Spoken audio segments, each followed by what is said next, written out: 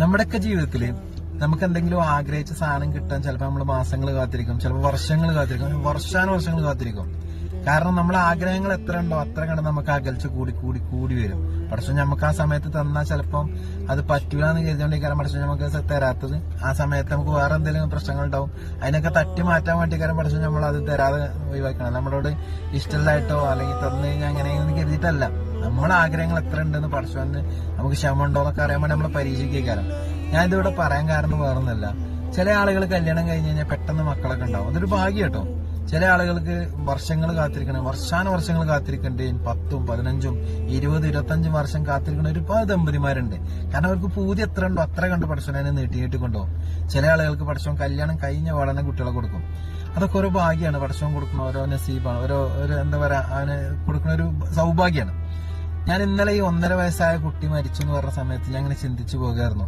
മക്കളുണ്ടായിട്ട് ദ്രോഹിക്കണത്, എന്താ പറയാ കൊല്ല ചെയ്തിട്ട് ആ കുട്ടിനെ കൊന്നത്. അവന്റെയൊക്കെ മനസ്സിൽ പോയ കറ എത്ര ഉണ്ടാവും അല്ലെ?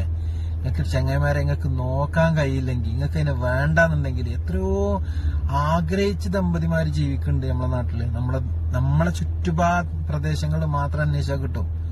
അവർക്കെങ്കിലും കൊടുത്തുവിടായിരുന്നോ? കൊല്ലണ്ടിരുന്നോ? ആ പൊന്നു മോനെ കൊല്ലണ്ടിരുന്നോ? നിങ്ങൾക്ക് എന്ത് ലാഭം കിട്ടി? നിങ്ങൾ എന്ത് നേടി അതുകൊണ്ട്? ചില ആളുകൾക്ക് പടച്ചവൻ ആഗ്രഹിക്കാത്തത് കൊടുക്കുമ്പോൾ അഹങ്കാരം കാണിക്കും.